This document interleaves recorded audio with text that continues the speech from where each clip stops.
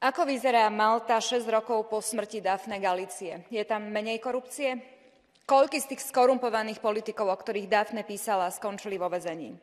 Za čo teda vlastne Daphne zaplatila svojim životom? Slovenské voľby nedávno vyhral Smer s celou plejádou politikov, o ktorých skorumpovanosti písal Ján Kuciak. Preto ho zavraždili. Po 5 rokoch od jeho smrti sa zas budeme na Slovensku pozerať na tvár Roberta Fica v pozícii premiéra. Bude chodiť do Bruselu na oficiálne zasadnutia. Bude jesť jahňacie a bude rokovať o eurofondoch, na ktoré už čakajú jeho oligarchovia. Dokedy si budeme v EÚ zatvárať oči pred korupciou na najvyšších miestach v členských štátoch? Kým nás nezasiahne správa o ďalšej Daphne a o ďalšom Jánovi.